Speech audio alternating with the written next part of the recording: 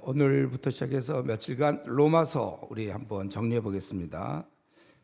로마서는 우리 바울 사도가 고린도에 있을 때 쓴 편지고, 자기 보면 사도로 1절에 보면 1장 1절에 보면 예수 그리스도의 종 바울은 사도로 부르심을 받았다. 원래 사도란 뜻은 보내심을 받은 자라는 뜻이죠. 예수님으로부터 부르심 받았고, 복음 전파 특별한 권능, 그리고 특별히 부활하신 주님을 봐야 돼요. 그리고 성경을 기록할 수 있는 자격이 있었고, 그래서 자신이 뭐 눈이 아프거나 힘이 들 때 옆에 있는 사람이 써줄 수는 있지만 사도적 그런 권위가 있어야 되는 것입니다.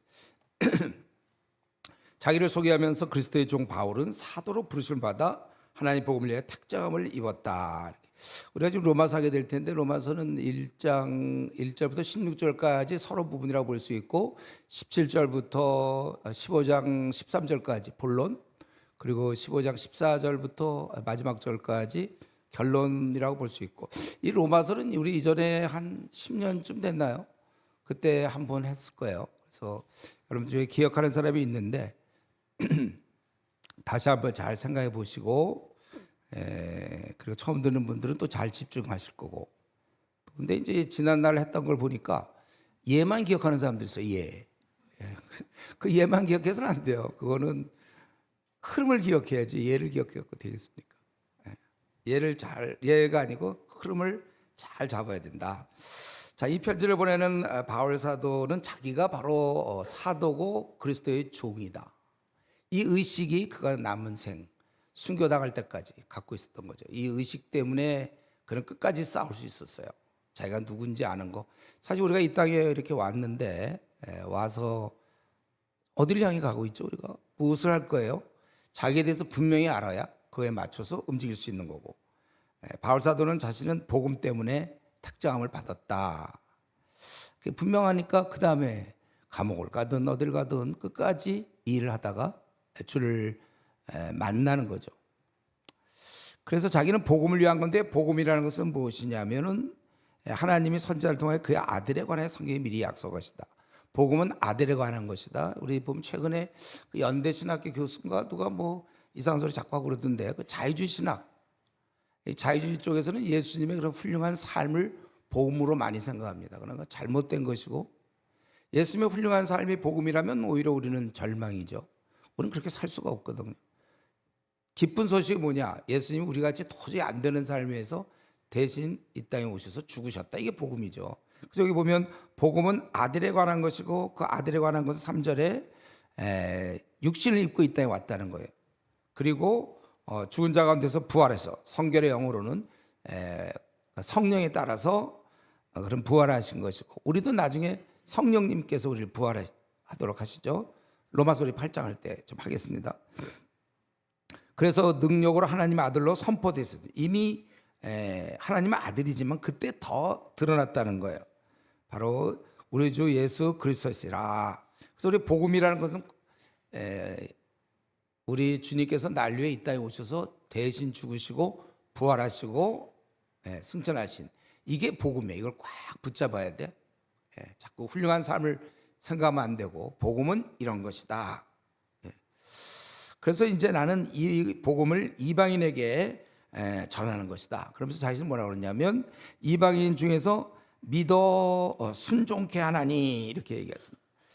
여러분, 어떤 아이가 부모 말씀 잘 안 듣고 부모 싫어서 가출해 버렸어요. 애가 예를 들면, 그래서 3년간 자기 멋대로 지내다가 비행 청소년으로 막 지내다가 문득 자기가 잘못을 깨닫고 부모님께 돌아가기로 했어요.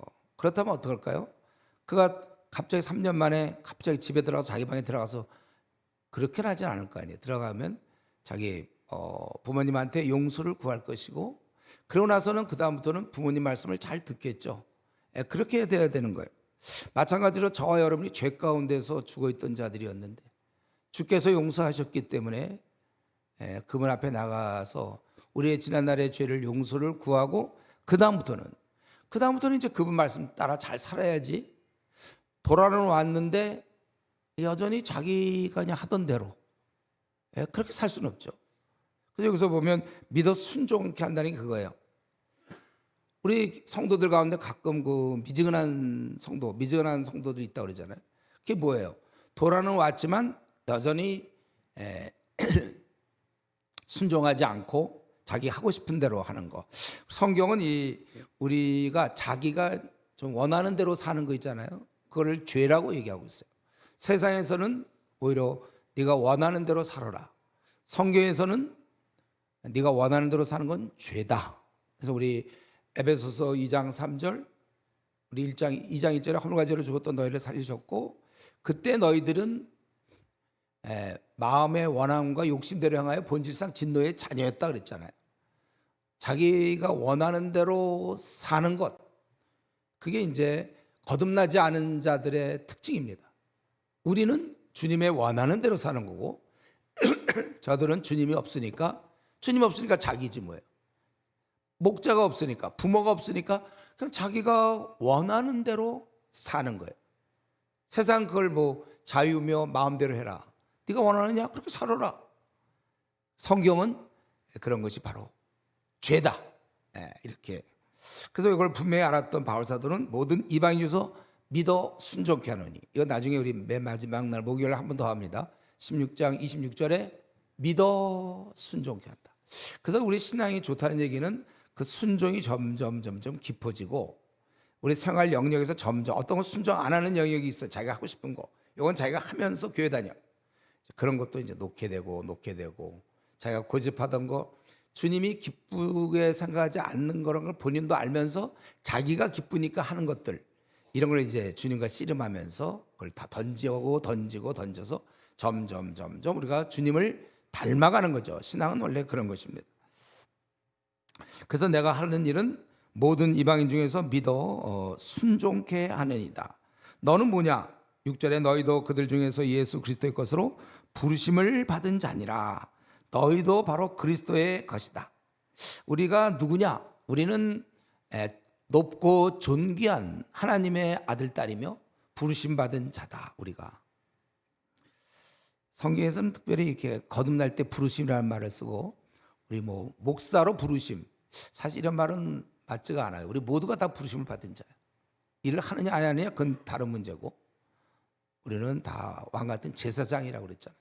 이미 성경에서 이 부르심에 대한 얘기는 타는 불못에서 건진받을 때 소명, 부르심 이거는 그때 주로 사용하는 것이지 우리 직업에 대해서 부르심이란 말씀은 안 돼 원래. 그래서 이제 너희가 바로 부르심을 받은 자니라. 로마에서 하나님의 사랑하심 받고 성도로 부르심 받은 모든 자에게 하나님 우리 아버지와 주 예수 그리스도로부터 은혜와 평강이 있기를 원한다. 부르심 받은 자는 이럴 자격이 있어요. 이 평강을 누릴 자격. 제가 우리 바울 서신을 강의할 때마다 늘 강조했던 거죠. 우리가 이런 평강, 행복, 이런 평안 이런 것은 오늘 본문에 있는 것처럼 우리 아버지와 주 예수 그리스도로부터 오는 것이다. From God. 그분으로부터 오는 것이다. 그렇기 때문에 이 땅에서 있잖아요. 환경이 참 좋고 되는 것도 잘 풀리고 건물주 되고 건물주는 제가 그 비행기에서 그때 누구 이렇게 전도하던 중에 그 우리 아내랑 이제 얘기했는데 그 중3 학생이 너희 꿈이 뭐냐? 건물주 되는 거다. 그 건물주 그래서 어떤 건물주 되고 내가 원하는 대로 뭐 입시가 잘 풀린다든가 뭐 원하는 대학에 들어간다든가 승진이 된다든가 뭐 이런 거 좋은 뭐 남편 아내 만나고 뭐 자식들이 말 잘 듣고 이런 뭐 환경이 아무리 좋고 만사 형통해도 주님을 믿지 않는 사람들에게는 이 평안이 없는 것이고 환경이 아무리 안 좋고 되는 거 하나도 없어도 주님을 제대로 믿는 사람은 평안을 누리는 거예요. 이거는 이 평강이라는 것은 애당초 이 땅에 없는 거거든. 행복이라는 건 원래 이 땅에 없습니다. 부분적으로 잠시 누릴지 모르지만 근본적인 행복, 평강은 그분으로부터 오는 거예요. 그렇기 때문에 나 요즘 뭐 시험이 잘 안 된다, 결혼이 늦어진다, 앞날에 대책이 별로 없다, 그래서 나 요즘 좀 우울하고 가을을 탄다. 그게 아니고 그래서 그런 게 아니고 남편이 돈을 많이 못 벌어온다, 아내가 바가지 긁는다, 뭐 어쩌고 자식이 많아진다. 그래서 내가 불행한 것이 아니고 행복하지 못한 것이 아니라 내가 평안을 누리지 못하고 행복을 누리지 못하는 이유는 기도 생활을 안 하기 때문이다. 이거예요. 결론이 이거예요. 기도 생활을 안 하는 자에게 평강은 있을 수가 없어. 절대 있을 수 없습니다. 기도 생활을 안 하면. 예. 물론 이제 기도 생활을 한다는 사람도 있을지 몰라요. 근데 이제 기도 생활을 안 하거나 이 평안이 없죠. 기도 생활을 안 하거나 그 안부식 기도 이런 사람들은 평안 없어요. 아침에 일어나서 잠깐 기도하고 자기 전에 잠깐 기도하고 이거는 그냥 안부를 나 잘 잤습니다. 하나님은 그거 얘기해. 그런 기도로 무슨 평안을 얻습니까? 제대로 기도를 해야죠. 제가 보통 1시간 정도 여러분들한테 얘기하죠. 그 정도는 해야 그래도 뭐 평안을 누리든지 말든지 하지. 아니 밥을 한 숟갈 먹고서 뭐 배부르다 이럴 수 있어요. 밥 한 숟갈 먹는 것도 먹는 거라고 그랬죠. 기도한 것도 맞아요. 그거 아침에 안부식 기도지만 잠깐 10분 기도하고 자기 전에 10분 기도한 거. 그것도 기도했다고 그러면 인정해야죠 뭐. 그러나 내용적으로는 그게 기도한 겁니까? 충분히 하나님 앞에서 자기의 죄를 토하고 자기가 지금 살고 있는 이 방식이 맞는지 또 자기가 잘못한 것들 또 자기가 원하는 거 간구하고 뭐 주님과 그렇게 대화하다 보면 여러분 정말 오래간만에 만난 친구 있으면 5분만 3분만 얘기하고 맙니까? 충분히 얘기하죠. 더구나 사랑하는 사람과는 충분히 연락 얘기하는 게 맞는 거지 얘기 안 하면 어떻게 돼요? 그렇기 때문에 만약에 근데 목사님 저는 기도가 정말 잘 안 되는데요. 네. 그래서 교회가 있는 거예요. 와서 여기서 기도하면 달라요. 퇴근 후에 집에 가서 물론 난 기도할 거 하지만 집에 가면은 뭐 TV 봐야 되고 뭐 핸드폰 있고 막 여기 오면 여기서 이제 혼자 핸드폰 보러 여기 오겠습니까, 여러분들? 그러니까 이거 교회 딱 둘러서 아니면 가까운 집 근처에 교회 둘러서 거기서 1시간이고 이렇게 기도를 해야 그래야 내 영혼이 살아나지. 그냥 잠겨 있어 갖고 이 안에서 무슨 평안을 원하고 행복을 원하며 만족을 원합니까? 그건 되지도 않는 얘기들. 바울 사도는 그래서 감옥에 가서도 늘 평안했어요. 어딜 가도 근심, 걱정 따위가 그를 흔들어 놓을 수가 없었죠. 그 정도가. 이제 이거 없으니까 염려, 근심, 불안, 사는 게 재미도 없고 또 우리 청년 중에 좀 이생망 있잖아요. 이생망. 그 누가 말을 만들었지? 진짜 잘 만들었어요. 이생망이다. 뭐 아무나 하는 게 아니고 기도 안 하는 사람, 안부식 기도하는 사람만이 할 수 있는 말이에요. 이생망. 망하는 게 어디 있습니까? 전능하신 하나님 내 편이신데 그분을 딱 의지하면 평안이 막 밀려와야죠. 우리가 행복하고. 왜 나는 이렇게 평안한지 몰라. 이런 얘기 하루에 한 번 이상 합니까, 여러분? 아내 만나거들랑 아내랑 자기 전에 여보 나는 왜 이렇게 행복하지? 이건 기본. 이런 얘기 안 하는 사람도 가정생활 하는 거예요. 아내도 마찬가지로 나는 왜 이렇게 행복한지 모르겠어요. 미치겠어요. 저 이러다가 너무 행복해서. 우리가 그런 얘기를 원래 약간 과장이지만 뭐 미친다 이렇게까지 안 하더라도 정말 그렇게 해야지 우리가. 왜냐하면 그분으로 붙어오는 거기 때문에. 그분은 분명히 여기 여러분 성경에도 그렇게 써있죠. 7절에 우리 아버지와 주 예수 그리스도로 붙어 이렇게 돼 있잖아요. 그는 은혜와 평강은 그겁니다. 그래서 기도 생활을 하는 건 굉장히 지혜로운 자들이 하는 거고, 기도 생활도 별로 안 하면서 안부식 기도하는 하면서 신앙생활을 유지하고 있고 교회에서 집사 됐다 잘한 것 같지만 그런 경우는 참 강단에서 쓸 수 없는 말인데 그냥 다 아는 사이니까요. 그건 거의 바보 같은 짓이에요. 뭐예요 그게? 아니 왜 신앙생활 하는 거예요? 이런 평안을 못 누리면. 그래서 바울 사도가 빌어줄 수 있는 거는 그들에게 평강. 그 감옥에서도 항상 평강을 빌어줬고, 저도 중국 가갖고 전도할 때 보면 중국어가 돼야지 뭐 영어도 잘 안 되고 중국어도 안 되니까 그냥 만나면 그냥 심푸 막 이러고 핑안 막 이런 얘기 하는 거예요. 알아들어야 걔들이. 성조고 뭐고 관계없어. 핑안 심푸 행복이다 이거 있어.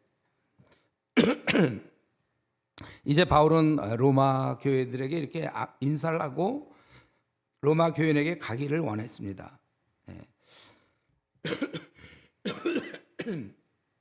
소리 좀 질렀더니 심프 얘기한다고.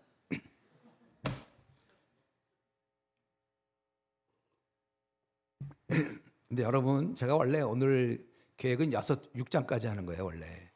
근데 1부 때 그만 4장까지밖에 못했기 때문에 내일 5장부터 시작해야 되니까 할 수 없이 4장까지 하니까 그래도 오늘 4장만 하겠어요. 먼저 1시간밖에 안 되니까 내일부터는 2시간. 내일은 2시간이에요. 각오하세요, 여러분들. 막 배워야 돼. 5장, 6장, 7장 오늘 못한 거 8장까지 막 배워야 돼요. 먼저 내가 예수 그리스도로 말미암아 너희 모든 사람에 관하여 내 하나님께 감사하면 너희 믿음이 온 세상에 전파. 그들이 신앙생활 잘하는데 왜 내 감사 제목입니까? 아니요. 그렇게 연결돼 있어요. 우리는 누가 신앙생활 잘하면 기쁜 거고, 북한의 그리스도인들이 박해 속에서도 신앙 유지하고 있다는 얘기 들을 때 얼마나 감사가 넘치는지 몰라요. 그래서 우리 믿는 사람끼리는 우리가 꼭 뭐 하나 되자 이런 얘기 할 것도 없어요. 그냥 우리는 원래부터 하나니까 잘 유지하는 게 중요하죠. 그래서 온 세상에 전파됨이로다. 그래서 나는 이제 내가 그의 아들의 복음 안에서 내 심령이 섬기는 하나님이 나의 증인이 되시구나. 항상 내 기도에 쉬지 않고 너희를 말하며 나는 늘 그들 위해서 기도하더라 이거죠. 그리고 10절에 내가 어떻게 하든지 너에게 나아갈 길 얻기를 구한다. 바울 사도는 그들을 위해서 기도하고 만난 적이 없어요. 그리고 내가 이제 가서 만나야 되겠다. 기도만 해갖고는 항상 마음이 안타까워. 가서 만나야 뭘 할 거 아닙니까? 그러니까 기도하고 만나고 이게 원래 남을 우리가 주위에서 뭐 교사든지 뭘 하든지 남을 도울 때 모습이에요. 이거는 기본입니다. 그 사람에서 사전에 기도해주고 또 그를 만나줘야 돼. 만나 얘기가 되고 이러는 거 아니에요? 근데 왜 이렇게 만나려고 하죠? 뭐 때문에?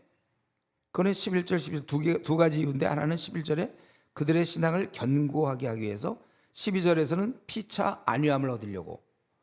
피차 안위함을 얻어요.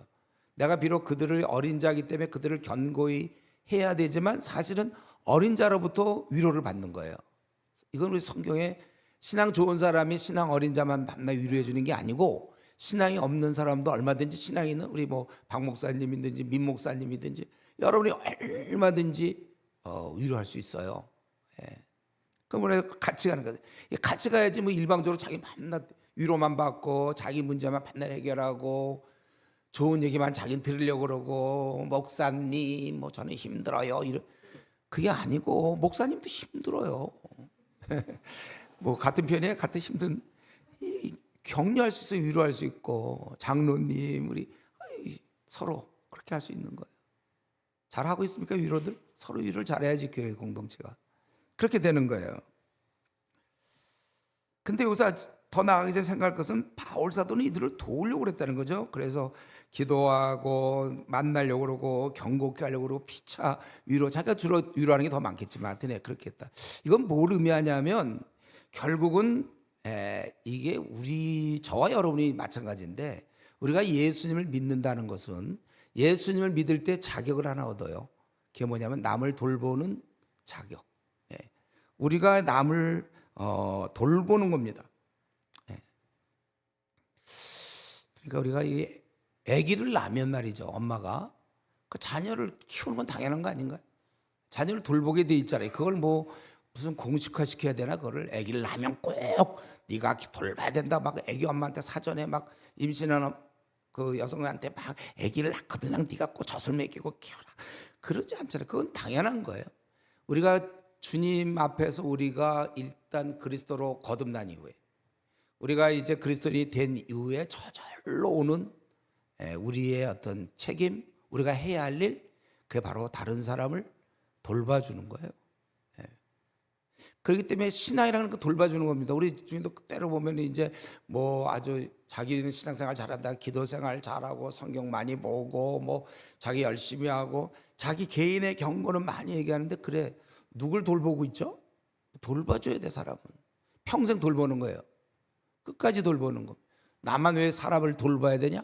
그렇지 않고 우리 모두가 돌봐야 돼요. 저는 뭐 집사도 아니고 저는 뭐 조장도 아니고 아무것도 아니까 그냥 와야죠. 그게 뭐예요? 그게 그리스도인이잖아요. 그리스도인이라는 말 속에는 남을 돌보게 돼 있는 거예요. 남을 돌보는. 바울 사도도 늘 남을 돌보고 성도들은 남을 돌보는 겁니다. 그래서 이렇게 좋은 뜻을 가지고 어린 자들을 견고케 하고 그랬는데 13절 여러 번 내가 가려고 했지만 길이 막혔다 이거잖아요. 바울도 이렇게 길이 막히는 거예요. 우리가 이런 경우가 오히려 더 많습니다. 내가 좀 마음 먹고 선교 좀 하고 주를 위해 좀 뭐 좀 하려고 그러면 길이 잘 안 열려요. 하나님 이런 좋은 일을 내가 나쁜 일 하면 막는 건 좋은데 이렇게 좀 선한 일 할 때 길을 막아야 되는 거 아닙니까? 아니 길을 열어줘야 되는 거 아닙니까? 뭐 마귀는 가만히 있습니까? 마귀도 활동 좀 해야죠.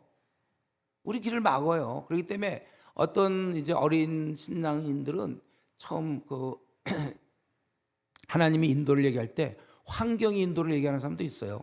그래서 환경이 따라주면, 환경이, 그래서 이렇게 기도하죠. 하나님의 뜻이면 길을 열어주시고 막히면 아닌 줄 알겠습니다. 이런 기도는 곤란해요. 환경에 따른 주의 인도를 만약에 우리가 생각한다면, 그럼 마귀는 그때부터 놀고 먹는 거죠.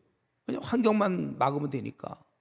여러분이 내가 예를 들면 안 믿는 집에서 혼자 예수님 믿는다. 부모님 반대한다. 불교 집안인데 예를 들면.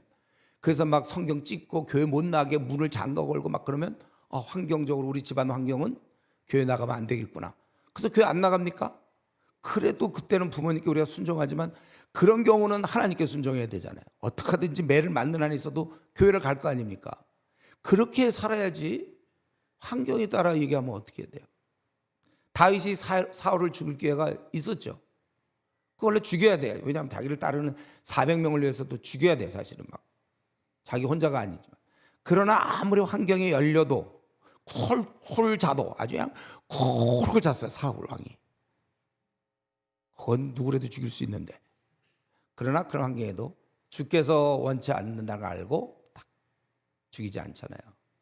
우리가 늘 이런 자세지. 지금 여러분 직장이든지 뭐 학교든지 어떤 때 상황이 잘 풀린다고 해도 그래도 나는 주의 뜻을 따르겠다. 상황이 아무리 이래도 상황과 관계가 없이, 우리가 중요한 건 상황보다는 뭐 어쩔 수 없지 않느냐 이런 얘기 하지 마세요. 어쩔 수 없지 않느냐 이런 건 안 되는 거예요. 어쩔 수 없으면 죽는 거야 그냥. 만약에 내가 직장에서 내가 이랬다가 나는 뭐 쫓겨날지 모른다. 쫓겨나야 되지. 그래 다음 길이 열리지 하나님께서 준비한 길이. 안 쫓겨나려고 타협해버리고 그렇게 하면 안 된다는 거예요. 만약에 바울 사도 같았으면 벌써 뭐 사역 못했게 밤낮 감옥 들어가면 감옥 집어넣습니까? 왜 하나님? 이러고서는 뭐 일 안 할 수도 있지만 그게 아니라는 거예요. 끝까지. 빌립보 감옥에 들어갈 때도 기껏 유럽 땅에 처음 발을 디뎠는데 첫성 빌립보성에서 감옥에 들어가. 그것도 환상을 보고 마게도냐의 그 음성을 듣고 갔는데 하나님 정말 이럴 수 있습니까? 더나 매까지 맞고 감옥에 들어가고. 그래.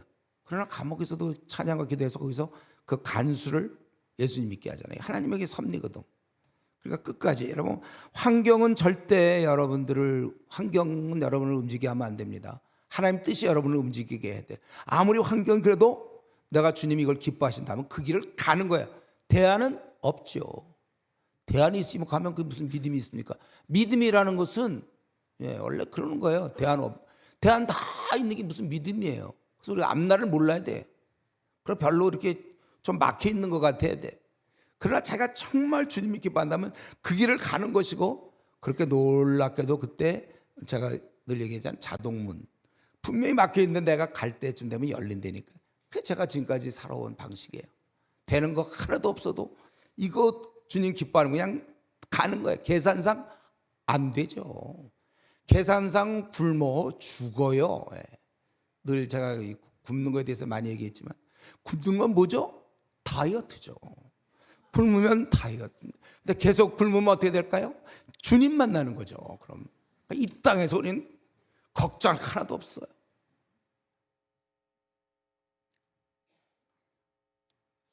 그래서 우리가 이렇게 여러 번 길이 막혔지만 결국 바울은 끝까지 해서 결국 나중에 우리 15장 이제 다 할 때 우리 목요일 날 좀 할지 모르겠는데 결국 바울은 로마에 가게 됐잖아요. 이제 나중에 그 얘기 하겠는데.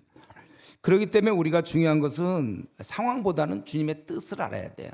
그러니까 지금 상황에서 불신자 중에 불신자랑 결혼할 수밖에 없어요. 너무 그리스도인들은 남자들은 별로 없고 불신자밖에 없어요. 상황 그래도 안 하는 거죠. 차라리 혼자 사는 한이 있더라도 하나님께서 그런 계획이 다 있는 거예요. 우리가 그걸 믿는 것입니다. 그렇기 때문에 우리는 주님의 뜻을 잘 알아야 되고, 그러므로 어리석은 자가 되지 말고. 누가 어리석은 자냐? 성경에서는 주님의 뜻을 모르는 사람들. 어리석은 자가 되지 말고 오직 주의 뜻이 무엇인가 이해하라. 우리 보고 하라는 거죠. 우리가 하는 거예요. 모를 경우는 어떠죠? 주의 뜻을 모르면 그때 밀려가는 거죠. 환경 따라가는 거예요. 상황 따라가는 거예요. 주의 뜻을 모르는 사람은. 주님의 뜻을 아는 사람은 역류도 하고 뭐 남들이 볼 때 너 왜 그렇게 바보 같은 짓을 하냐 하더라도 주의 뜻이기 때문에 밀고 나가는 것이죠. 예. 주님의 그런 뜻을 왜 잘 우리는 모르죠? 그러니까 공부를 해야 된다는 거예요. 이 로마서를 여러분 공부하셔야 되고 특별히 에베소서를 공부하고 그리고 성경 우리가 일단 급한 대로 바울의 13개 서신 정도는 우리가 공부해야 되겠죠. 거기다 베드로가 모처럼 썼는데 베드로 전후서도 해야 되겠고 또 야고보서 같은 거 얼마나 좋습니까? 그런 것도 공부하고 또 요한계시록 같은 것도 공부하고 공부 많이 하셔야 돼요. 주의 뜻을 알게. 주님의 뜻을 알아야 싸울 수가 있어요.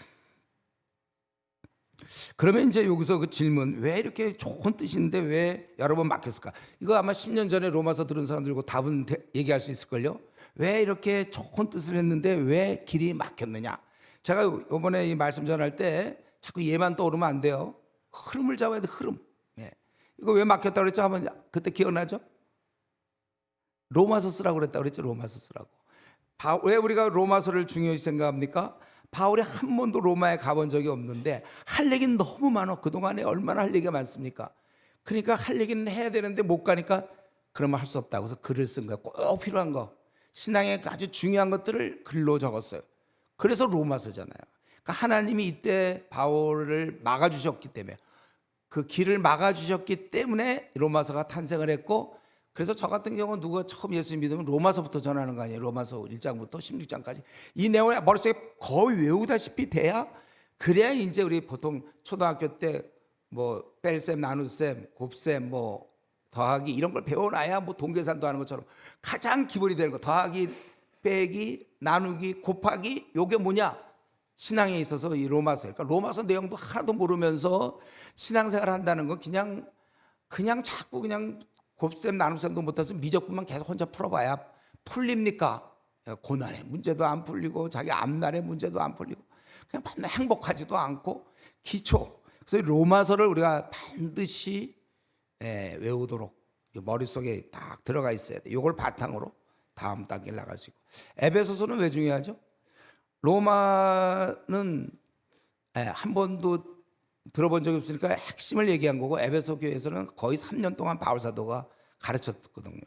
그들에게 지금 쓰기 때문에 아주 그 심오한 부분들을 막 쓴 거예요. 그래서 에베소서는 6장밖에 안 되지만 이 로마서 1장부터 16장까지지만 시간이 거의 비슷하게 걸려요. 제가 해보니까 에베소서에 얼마나 많은 내용이 있는지 몰라요. 이 두 권 여러분들 일단 기본적으로 해놔야 된다. 그래야 뺄셈, 나눗셈, 덧셈 뭐 이런 게 기본이 우선 되고 그 다음 단계가 되는 것이다. 그러니까 이 길이 막히는 바람에 우리도 이 로마서를 통해서 아주 핵심되는 걸 우리가 배울 수가 있는 거잖아요. 얼마나 귀한 말씀인지 몰라요. 저는 30 넘어서 이걸 배웠어요. 로마서를 그때 공부했어요. 그러니까 늦었죠. 사실 더 일찍 했어야 되는데 중고등 시절에 만약에 제가 로마서를 누군가한테 배웠다면 흔들리지 않았을 텐데 우리 여기 학부형들 있잖아요. 우리 학생들 중고등학생들 이번에 꼭 로마서 다 듣게 하세요. 다 들어서 걔들도 이때 해야 대학 들어가서 흔들리지 않을 것 같아요.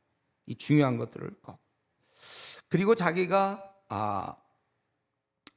그러니까 다른 서신들은 거기서 실컷 얘기하고 왔다가 그들이 질문한 것에 대한 답을 썼단 말이에요. 고린도전서, 고린도서, 뭐 갈라디아서 뭐 다 그런 식으로 썼고 이 로마서는 간 적이 없기 때문에 이렇게 썼다. 우리가 알겠고 그리고 왜 자기는 로마에 꼭 가려고 하냐면은 14절, 15절, 16절을 보면 자기는 빚진 자 의식을 갖고 있어요.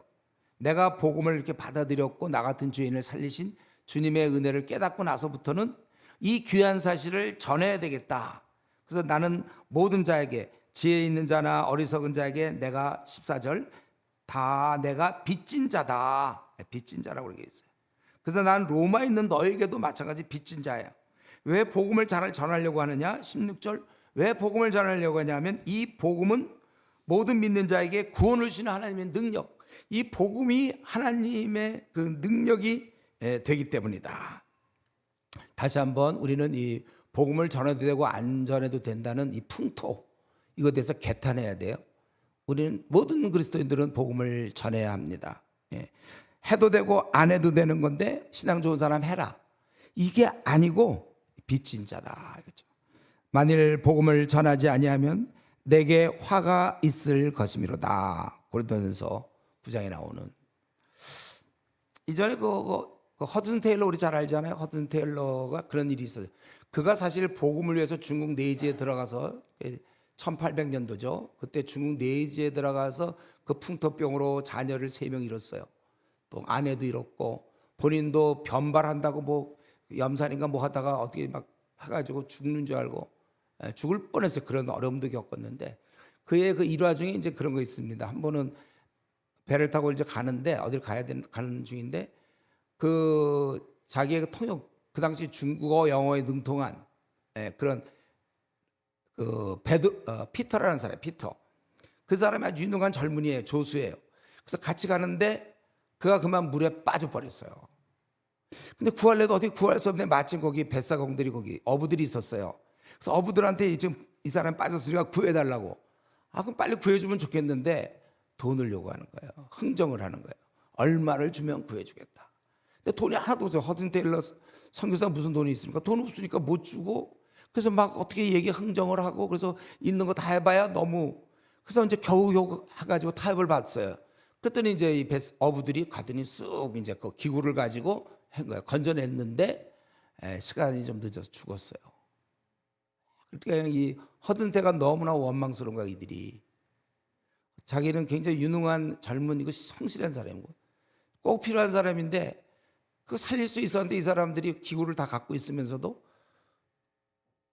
안 살려준 거죠. 결국 그때 그냥 너무나 분한 마음에 막 그러다가 기도하는 중에 문득 그 생각한 거예요.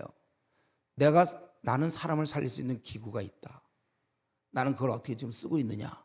또 자기를 바라보면서 저는 마찬가지라는 생각인데 저 여러분은 하나님께서 이미 다 기구를 주셨어요. 복음을 통해 사람을 거듭나게 하는 이거를 그 뱃사공 어부들처럼 갖고서 사람을 구하느냐 아니냐의 그런 차이는 있겠죠. 이걸 전하지 않으면 내게 화로다. 이렇게 우리 이런 마음이 있는가? 빚진 자로서 바울 사도는 이런 마음이 있었던 것이죠. 그래서 자기는 이제 너희들에게 가려고 한다. 여기까지가 서론이에요. 그리고 이제 17절부터 15장 13절까지가 본론. 그러니까 우리가 그렇게 따지면 3분의 1을 끝낸 거죠. 지금 서론을 딱 끝냈어요. 3개 중에 서론 하나 끝냈어요. 이제 본론. 본론은 17절인데 이제 17절부터 시작되는데 마틴 로이드 존스 목사님의 그 로마 성경이라는 아주 좋은 책이 있는데 그분은 주장하기를 17절이야말로 모든 로마서의 핵심 부분 그거를 설명한 것이다. 이 2갈씩 문장 알죠? 아주 중요한 주제를 먼저 설명하고 그에 따라서 이렇게 나가는 그런 개념으로 마틴 로이드 존스 목사는 2갈씩 문장으로 봤어요. 뭐냐면 17절 복음에는 하나님의 의가 나타나서 믿음에 적은 믿음에서 점점 커나가는 믿음에 이르게 하나니 기록된 바 뭐냐? 오직 의인은 믿음으로 말미암아 살리라 함과 같으니라. 그러니까 우리가 하나님 앞에서 천국 백성이 되는 거, 우리가 의인이 되는 것은 착한 사람이 아니라 믿는 자라는 거예요. 믿는 자. 예. 지금 이 자리니까 여러분들은 뭐 그냥 침착하게 앉아 있지만 만약에 제가 불교 대학 가가지고 그 중들이 있는 데서 모아놓고 아마 제가 이런 얘기를 했으면 졸도할 사람 많았을걸요. 평생 중들은 뭔가 팔정도에 따라서 열심히 해서 고행을 하고 뭘 해서 뭔가를 해서 구원을 받을 생각해. 그것도 쉽지 않아요. 해탈하고 그러는 게. 근데 우리가 그 해탈하고 우리가 천국 가는 것은 믿음이다.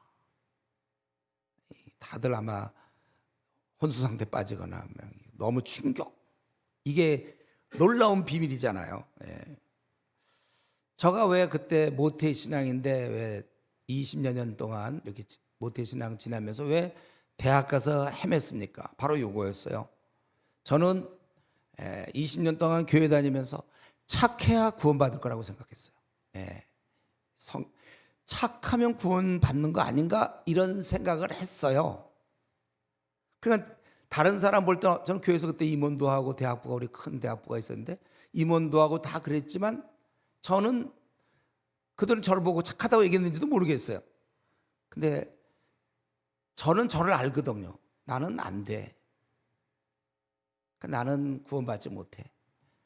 그러나 그 교회를 다녀서 하나님 계신 것도 알고 천국 있는 것도 아는데 나는 죄가 많아서 난 지옥 가. 그러니까 제가 살 맛이 안 난 거죠. 지옥 가는 게 뻔하니까. 허무하고 두렵고 잠만 누워서 누워있으면 참 두려웠어요. 저는 지옥 가니까. 착하지 않거든. 그러나 이제 나중에 아는 거죠. 하나님 앞에 구원받는 길은 착해서가 아니다. 믿음으로 구원받는 것이다. 이 놀라운 진리. 그러니까 지금도 많은 사람이 그런 질문 하잖아요. 교회 나가는데 삶이 형편없는 사람이 있어. 교회는 안 나가지만 너무 착해. 그거 누가 구원받습니까, 목사님? 그렇게 질문하는 사람은 벌써 머릿속에는 착하면 구원받는 게 기독교인 줄 알아요. 기독교 구원이 착한 사람 구원받는 종교인 줄 알아요. 그게 아니라니까요. 그거는 기독교의 정반대. 저를 보세요. 저 X가 뭔지 알겠죠? 예? 목사님이 저러시나 이러면 안 돼. 저 뭐예요 이게? 착하면 구원받는 거 아닙니까? 아니요. 예, 아니다. 예, 이거. 우리는 용서로 구원받는 거예요. 믿음으로 구원받는 것이죠. 이게 자기가 볼 때 착한 사람도 죄인이라는 사실을 모르는 것 같아요. 여러분 지금 뭐 G7에서 이제 많이 좀 다니고 그러는데 저도 얼마 전에 이제 중국을 들어갔어요. 중국 본토에 들어가서 거기 좀 전도하기가 참 어려워요. 간첩법 뭐 이런 것 때문에.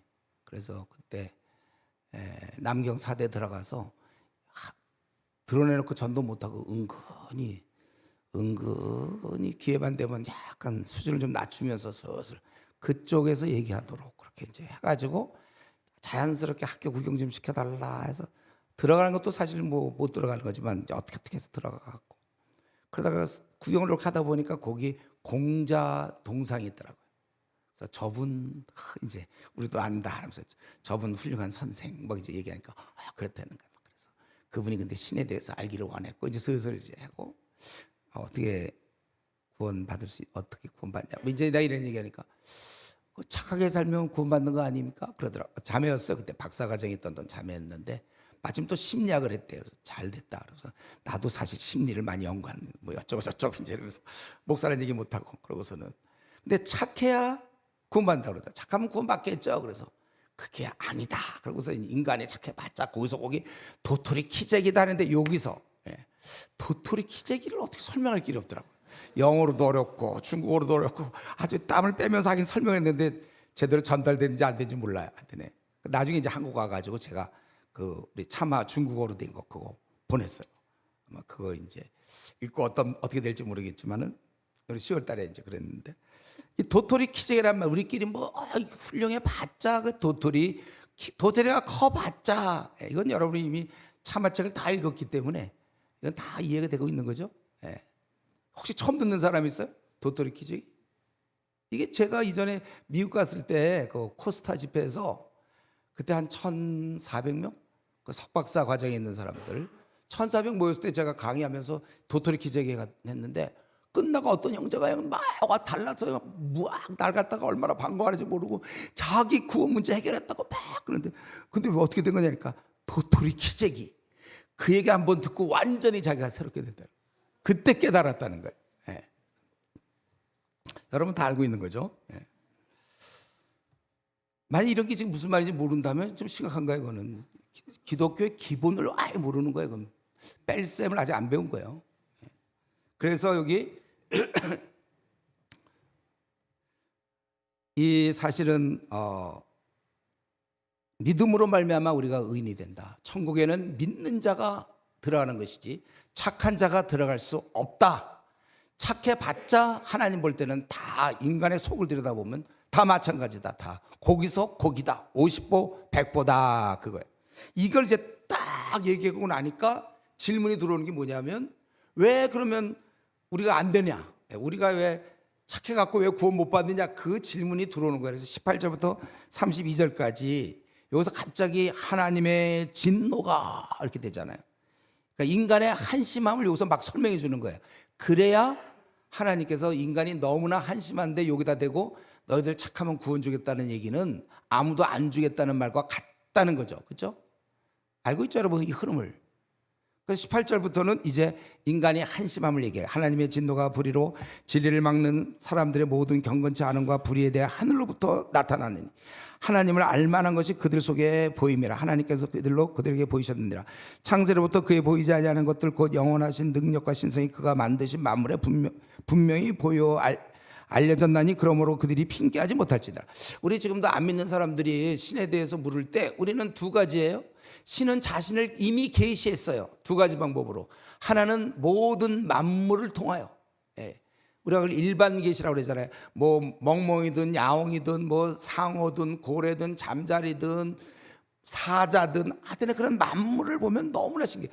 뭐 모기든 파리든, 뭐 모기도 말이죠. 뭐 날개짓을 1초에 300번인가 400번 한다고 그러던데, 그거 다 어떻게, 그리고 또 그거 다 암컷 수컷이 다 만물을 보면 이게 우연이 됐다고 도저히 믿을 수 없어요.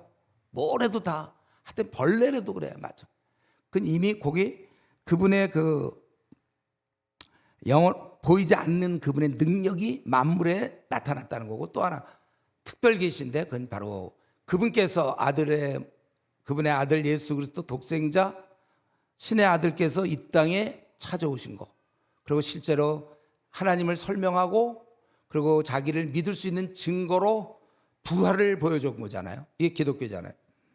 그래서 이들이 그런데 이렇게 핑계할 수 없는데, 다 마음속에 신에 대한 그런 것도 있지만 그 미련하고 어두워졌고, 그러면서 오히려 22절에 지혜 있다, 스스로 지혜 있다고, 그러면서 23절 결국 썩어질 것을 동물 모양의 우상으로 사람 모양이나 새 모양 짐승 우상의 모양으로 바꿨느니라. 그래서 우리 부처 우상은 사람의 형상을 띠고 있고, 어떤 경우는 이제 뭐 짐승을 섬기거나 이제 이렇게 되어 있는 거예요. 그러므로 24절 이들이 이렇게 하나님을 저버렸기 때문에, 그러므로 하나님께서는 어떻게 했냐면 그 정욕에 내버려 두셨다는 거예요. 24절, 26절, 28절에 보면 다 그들이 하나님에게 이렇게 됐기 때문에 내버려 두셨다. 28절에도 두기를 싫어하며 하나님께서 그들을 상실한 마음대로 내버려 두사. 이게 하나님의 진노의 어떤 방법이 그겁니다. 진노한 이유는 그들이 부처 우상을 섬기고 세상 이런 썩어져갈 것을 섬기고 하나님을 영화롭게 하지 않고, 그래서 하나님의 진노의 방법은 24절을 25절에 보니까 아주 내버려 두심으로 아주 욕되게 했다고, 몸을 욕되게, 추잡하게 그렇게 만들었고, 26절 27절에 보니까 내버려 둠에 따라서 결국 동성애라는 게, 남자들도 순례대로 여자서 잃어버리고 서로 향하여 음욕감, 이 동성애라는 게 하나의 벌이에요. 벌. 어떤 사람은 이제 혹자는 그렇게 얘기하죠. 동성애는 뭐 태어나면서부터 그런 성향이 있다. 근데 우리 연구한 바에 하면 그게 아니고 자라면서 다 생겨요, 그게. 그리고 만약 혹시 그 연구가 덜 돼서 혹시 알고 보니 그런 성향이 있다 하더라고. 있다 하면 그러면 동성애 하면 됩니까? 우리 성향 중에 거짓말 시키는 성향이 있으면 그걸 억눌러야죠. 거짓말이나 음욕이나, 그죠? 욕심 같은 걸 그걸 눌러야지. 그거 있다고 그대로 드러내면 그건 뭐예요, 그거는. 그래서 동성애가 그렇고, 그리고 28절부터 32절까지 아주 그 불의, 추악, 이러한 잘못을 그들이 범하게 된다는 거예요. 그래서 28절 또한 그들이 마음에 하나님 두기를 싫어하며 하나님께서 그들을 그 상실한 마음대로 내버려두사. 왜 세상 사람들이 이렇게 못돼 있는가? 내버려뒀기 때문에.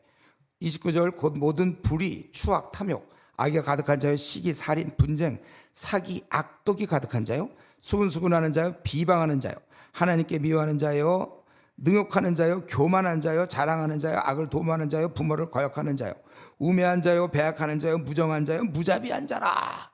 몇 가지죠? 이거 몇 가지 대답하면 안 돼요. 이런 거 그냥 이거에 집중하고 있어야죠. 21가지 그건 전화하고 있는 거예요. 21가지가 나왔는데 제가 보기엔 이것뿐만 아니라 더 있어요. 무지 많아요. 근데 바울이 그 일일이 얘기하기는 힘들어. 그래서 32절이 나오는 거예요. 근데 왜 그러냐면 근본적으로 인간이 삐뚤어져 있다 이거예요. 이 같은 일을 하는 자는 사형에 해당한다고 하나님께 정하지 말고도, 이게 아주 뚜렷이 알았다기보다는 기본적으로 우리도 뭐 악인들 저거 천벌을 받았구나 막 이런 얘기 하잖아요. 천벌을 막 생각하고 원래 기본적으로 죄를 지면 벌 받을 생각 이게 맞는 거예요. 그래 놓고도 본인은 자기만 행할 뿐만 아니라 또한 그런 일을 행하는 자를 옳다 하느니라 완전히 가치가 전도된 상황이고 그러니까 구제불능의 인간들이라 이거예요. 이런 자들을 놓고 착한 자 구원을 주겠다? 그럼 구원 안 주겠다는 거. 그래서 이때 나오는 예가 뭐가 좋은 예가 있죠? 다 알고 있죠 여러분들은? 뭐죠? 꽃게죠 꽃게. 저는 꽃게를 먹을 때마다 항상 감사해. 이 지상에서 이런 게 하나 있어가지고 제가 설명할 내용을 이게 아주 설명해 주고 있단 말이에요. 꽃게는 옆으로 걷는다고요. 그거는요. 그렇죠? 꽃게를 옆으로 걸으면 너 살려주고 아니 꽃게 너 똑바로 걸으면 살려주고 옆으로 걸으면 너 꽃게탕 내가 해먹는다. 이 말은 무슨 말이에요? 그리고 자 걸어봐. 지금 꽃게탕 먹고 싶다는 뜻이죠? 꽃게는 옆으로 갈 수밖에 없는 거예요. 똑바로 못 가 그거는요. 꽃게 보고 너 똑바로 걸으면 살려준다. 그 말은 그냥 죽으란 얘기랑 똑같잖아요. 우리 인간들이 이렇게 삐뚤어져 있는데 너희들도 똑바로 하면 구원을 주겠다. 불교처럼 혹은 카톨릭처럼 그거는 그냥 죽으라 그 뜻이에요. 근데 우리 주께서 우리 인간이 이렇게 어그러져 있기 때문에 그래서 바로 믿음으로 구원이다. 제가 나중에 혹시 죽은 다음에 바울 사도를 만나면 요거 한번 물어보고 싶어요. 요거. 그때 32절 쓸 때 계속 쓰기가 좀 힘들었죠. 좀 그 시간도 낭비되고 그래서 그 정도 한 21가지만 쓴 거겠죠. 왜냐하면 더 나올 게 너무 많잖아 우리가. 이 말은 그냥 한마디로 끝내자. 그만 좀 끝내자. 로마서 좀 써야 되겠다. 뭐예요? 인간의 가치가 전도돼서 이미 삐뚤어졌기 때문에 도저히 꺾을 수가 없어요. 이미 이렇게 휘어져 있기 때문에 태어나면서. 그래서 시편에 보면 나면서부터 곁길 이 말 나오죠. 시편에 나면서부터 우리는 곁길이에요. 근데 뭐 그런 사람을 놓고 뭐 착하면 구원을 준다. 그건 말이 안 된다 이거죠. 고맙죠 우리 기독교가 참 구원이. 그렇다면 이제 질문이 생기는 거예요. 보통 그러면 소위 말하는 그 윤리론자 있잖아요. 참 법 없이도 살 사람 있잖아요. 훌륭한 사람, 윤리론자, 도덕론자 뭐 이런 사람들은 뭐 어떻게 뭐가 잘못됐냐? 그런 사람은 어떻게 되느냐? 제 그 동영상을 들으면 이 부분에서 그 얘기했죠 제가. 그러니까 좀 죄송한데 뭐냐면 그러니까 교장 선생님 같은 분 있잖아요. 원래 애들 야는 치는 사람들 그걸 떠오르면 다 그렇다는 건 아니고 이제 그런 분위기. 내가 이러는 사람들 돈 먹으래. 이런 졸려온 사람들이 있어요. 깨서 이럴 때 약간 의도성이 이게 내가 깨. 어쨌든 이제 자기가 막 그렇게 하는 사람들을 얘기하는 거예요. 2장 1절부터 11절 아주 이제 그거에 대한 반대 의견이죠. 그러므로 남을 판단하는 사람아 누구를 막론하고 네가 핑계하지 못할 것은 남을 판단하는 것으로 내가 너를 정죄함이니 판단하는 네가 같은 일을 행함이라. 이런 경우에 진리대로 되고 네가 하나님 심판을 피할 줄 아느냐. 4절에 올해 그분이 참으심을 너 멸시하느냐. 또 자기는 계속 훌륭하다고 그러는데 너 고집과 회개하지 아니한 마음을 따라 너 진노를 쌓고 있구나. 그러니까 예를 들어 교장 선생님 개념 그런 경우에 이들은 자기도 하면서 남을 막 판단해요. 이런 거 제일 잘 나오는 게 이제 정치인들이잖아요. 정치인들 보세요. 꼭 막 얘기하잖아요. 나중에 보면 그 사람이 그러고 있더라고요. 우리나라 말에 어떻게 이런 말이 나오는지 몰라. 내로남불이라고 아주 어려운 용어인데 내로남불이다. 꼭 어떻게 그거 딱 맞아. 남한테 막 그래. 사실 목사부터 조심해야 돼. 이거 원래 자기한테 설교 그렇게 하고 지도 그럴 수 있습니다. 조심해. 저도 그러니까 말 늘 주님께 그냥 회개하면서 이렇게 하는 건데. 그래서 꼭 자기 타인이 그랬으면 아니 그럴 수가 있나 그러고 자기는 뭐 자기의 경우는 뭐 그럴 수도 있지 이런 거 늘. 이거 운전할 때랑 걸어갈 때 달라져요. 운전할 때는 왜 저러냐 자기가 막 그러고 또 걸어갈 때는 차들이 왜 저러나 그래. 해보세요 한번. 다 그렇게 돼 있어. 우리는 이상해. 자기에 대해서는 되게 관용해. 다른 사람은 뭐라고 막 그러고. 마찬가지야 이들도 다 안 된다는 거예요. 근데 우리 6절부터 11절까지 하나님은 다 하시고 제일 중요한 11절 외모로 사람을 취하지 않는다. 사람들은 외모로 보고 저 사람 훌륭한데 하나님은 중심을 보기 때문에 통과가 안 돼. 교장 선생님 경우 안 된다는 거예요. 다 안 된다. 그러면서 구체적으로 지금 12절부터 16절까지는 이방인이 얘기가 나오죠. 이방인들은 뭐냐? 우리는 율법도 없었는데 그럼 우리가 뭐 어떡하냐? 그럴 때 14절 보면 율법 없는 이방인이 본성으로 율법을 행할 때는 이 사람이 율법이 없어도 자기가 자기에게 율법이 되나니 양심이 증거가 된다. 이 말은 뭐냐면 우리는 율법이 없어서 뭐 죄를 지을 수밖에 없지 않느냐. 율법이 있어서 우리도 괜찮을 뻔했는데 그럴 때 하는 말이 뭐냐면 그럼 너 양심대로 살았냐? 이거 하나님의 말씀은 나도 율법만 있으면 잘 살았을 텐데 그런 게 없는 바람에 내가 못 살았다 이런 경우 너 그러면 너 양심은 있잖냐? 양심대로 그러면 너 살았냐? 이 말은요 양심대로 살면 구원받는다는 뜻은 아니에요. 다만 지금 그들의 문제를 얘기하면서 양심대로도 너희들 못 살면서 무슨 얘기하고 있느냐. 이방인들은 그래서 실패했다는 거예요. 17절부터 29절까지 유대인들은 율법을 되게 좋아하고 자기들은 막 스승이요 선생이요 막 그렇게 교사요 막 그러는데 문제는 21절 이들도 비슷하죠. 다른 사람을 가르치는 내가 내 자신을 가르치지 않냐. 도둑질하지 말라 선포하는 내가 도둑질하냐. 간음하지 말라 말하는 내가 간음을 하냐. 그래서 네가 오히려 율법을 자랑함으로 하나님을 욕되게 하고 24절 이방인 중에 모독을 받는다. 25절부터 29절 그래서 결국 무슨 할례니 무할례니 이게 다 의미가 없어. 이들은 안 되고 있다는 것입니다. 그러니까 이들은 결국은 유대인도 하나님 말씀이 이거 중요하고 이거대로 살면 된다 막 그러지만 아무도 지키지 않고 그래서 실패하는 거야. 다 안 된다는. 그러면 3장 1절에 유대인이 그럼 난 점 뭐가 있습니까? 그들은 하나님 말씀을 맞섰고 그 말씀대로 살고 그러면 우리 구약에 보면 의인들도 있었잖아요. 제법. 그러나 그들이 실제로 있어서는 다들 핑계대고 5절에 보면 그러나 우리가 불의로 우리 불의가 하나님의 의를 드러내게 하면 또 7절에 보면 나의 거짓말로 자기들이 이런 걸로 하나님께만 잘 되면 되는 거 아니냐. 결국은 못 살고 있다는 얘기죠. 그런 자들은 8절에 정죄받는 게 맞다. 그러니까 유대인들도 다 안 된다는 거예요. 그러니까 이방인도 실패, 유대인도 실패, 전 인류가 다 실패했다는 것입니다. 그럼 우리는 좀 어떠냐? 지금 바울이나 이 편지를 받고 있는 너희들, 물론 이방인과 유대인에 속하겠지만 하여튼 우린 좀 나냐? 그렇지 않다. 10절에 의인은 없나니 하나도 없고 찾는 자도 없고 다 치우쳐 함께 무익하게 되고 선을 행하는 자는 없나니 하나도 없도다. 그들의 목구멍은 열린 무덤이요 그의 혀로는 속임을 일사며 그 입술에는 독사에. 여러분 우리 독사만 독이 있는 게 아니라 우리도 독이 있습니다. 입에 있어. 입에. 이 말 한마디로 남편에게 말 한마디 하고 남편이 좌절하게 되는 거고 이 말로 아내에게 말해갖고 평생의 한을 품게 하고 이 부모의 이 말 한마디로 이 자녀들이 부모를 원망하면서 크게 되고 나중에 막 의절하고 막 다 말해. 독사의 독이 그 말로 막 사람이 쓰러지고 그 말을 곱씹으면서 부부 사이도 막 갈라지고 항상 목사와 또 성도 간에 성도와 성도끼리도 말이 무서운 거예요. 그의 우리가 다 마찬가지 독사의 독이 있고 그의 배는 저주와 악독이 가다가 그 발은 피 흘리는데 빠른지라 파멸과 고생이 그 길에 있고 평강의 길을 알지 못하였고 그들의 눈앞에 하나님을 두려움이 없느니라. 우리가 인간이 다 똑같다는 거예요. 크고 작은 차이는 있겠죠. 그래서 우리가 알거니와 무릇 율법이 말하는 바는 율법 아래 있는 자들에게 말하는 것이니 다 이건 율법이 있음으로 말미암아 20절 그로는 그거를 통해서 우리가 의로워지는 게 아니라 죄를 깨달아요.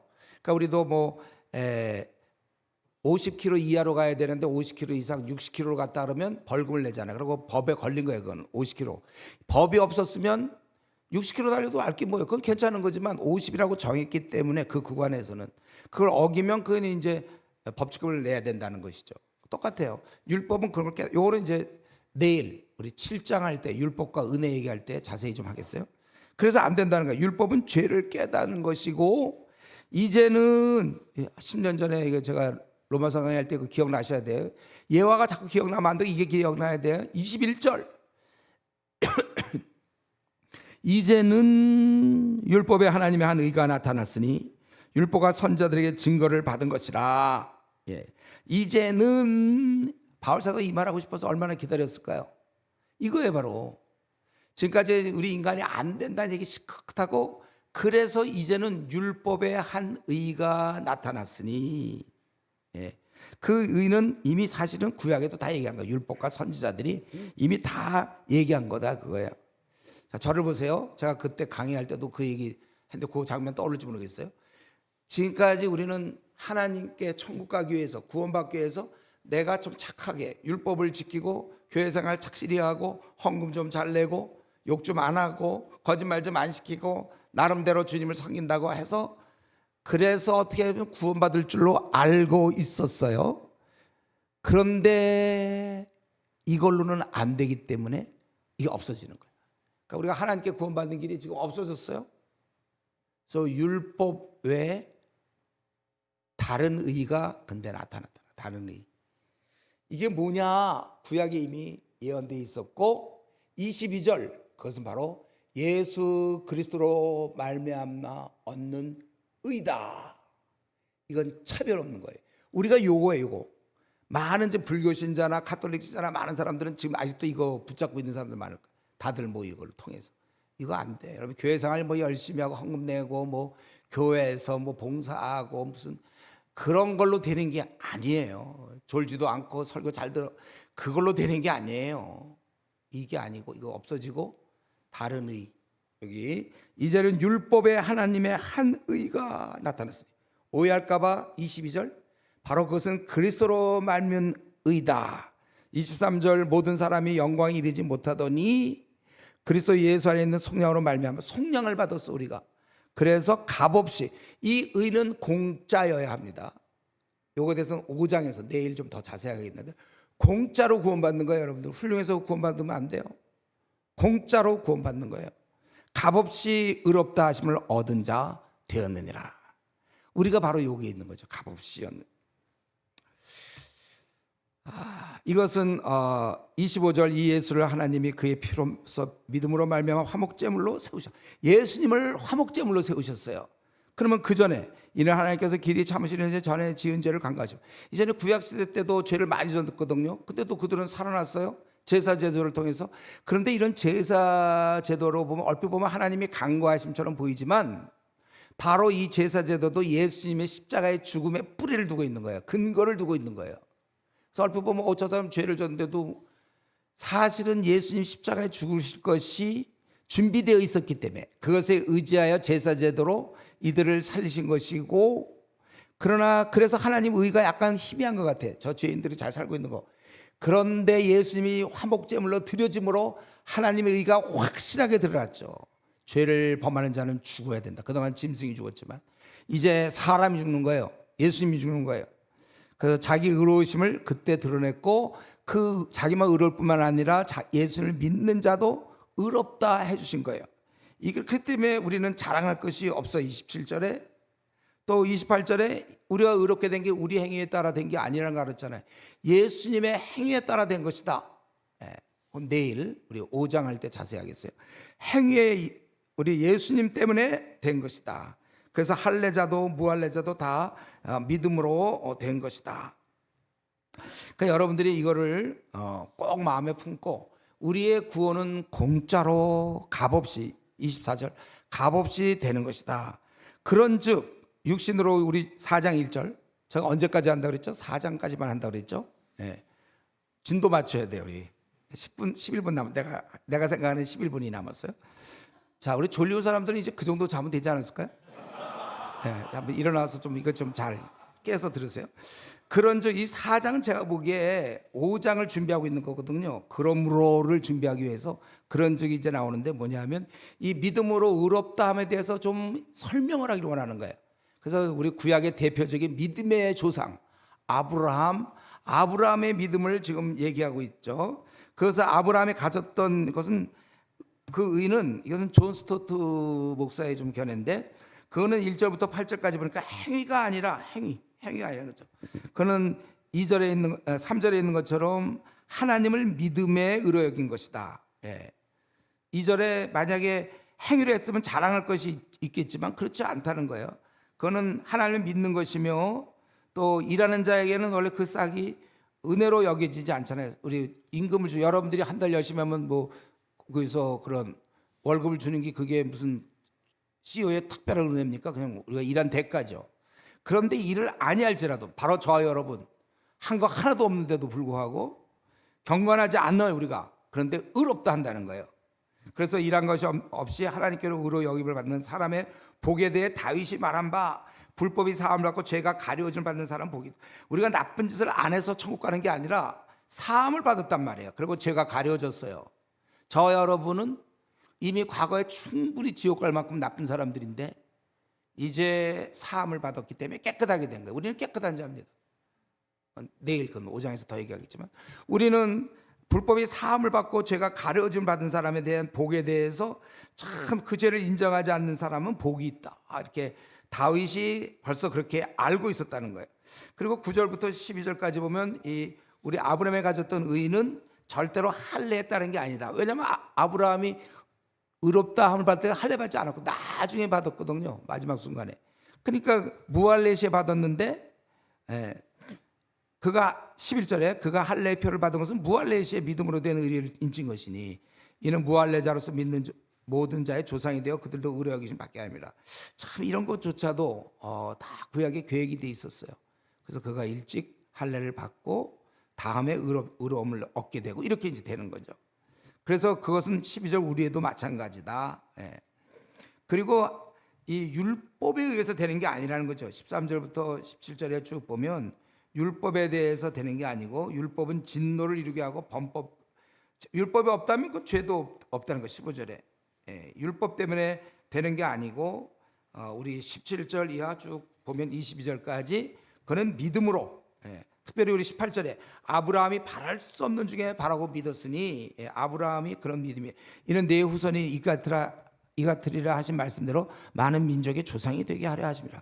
100세나 되어도 자기 몸이 죽은 것 같고 사라의 태가 죽은 것 같음을 알고도 믿음을 가졌다는 거예요. 그걸 아주 귀하게 여겼고 그래서 22절 그것이 그에게 의로 여겨진 것이고 그것은 23절 아브라함만 위한 게 아니라 의로 여기심을 받을 우리도 위함이니. 그러니까 아브라함은 우리보다 먼저 태어나갔고 그거를 예시를 보여준 거예요. 이렇게 믿음으로 의인이 되는 거다. 근데 많은 사람은 구약시대 때 그가 율법을 잘 지켜서 의인이 된 걸로 생각하는데 그게 아니라 이렇게 하나님을 믿었기 때문에 의로 여기고 그것은 바로 우리에게 알려준 거예요. 그래서 23절 다시 그에게 의로 여겨졌다 기록된 것은 아브라함만 위한 것이 아니요 의로 여기심 받을 우리도 위함이니 곧 예수 우리 주를 죽은 자 가운데 살리시를 믿는 자니라. 예수는 우리가 범죄함 때문에 내줌이 되고 또한 우리를 의롭다 하시기 위하여 살아나셨느니라. 그러므로 5장 1절 이건 이제 내일 할 거지만 그래서 사실은 여기까지 잠깐 삽입장으로 설명하고 그래서 이제 믿음으로 의롭게 된 자들은 이제부터 어떠한 위치며 어떻게 살아야 되는가? 그 이제 첫 번째가 이제 화평을 누려야 될 거고 1절에 2절에 보면 교제를 즐거워하며 3절 4절에 고난 중에도 이제 기뻐하고 그리고 이제 5절부터 시작해서 11절까지 우리 사랑 그리고 12절부터 21절까지 아담 안에서 그리스도 안으로 옮겨지는 이제 그런 내용을 전하는 것입니다. 이제 우리 오늘 여기까지 4장까지 하겠는데 오늘 이 말씀을 통하여 우리 주께서 죽으심이 이렇게 우리 같은 자를 이렇게 살리셨다는 이 귀한 사실을 아시고 여러분들이 분명히 나는 믿음으로 말미암는 의를 갖고 있는지 아직도 혹시 착해야 그걸 좀 보태야 구원받는 걸로 이렇게 잘못 알고 있었는지를 확실히 하고 우리가 자기를 돌아보면서 잠깐 우리 감사기도 하겠습니다. 통성으로 같이 기도합시다.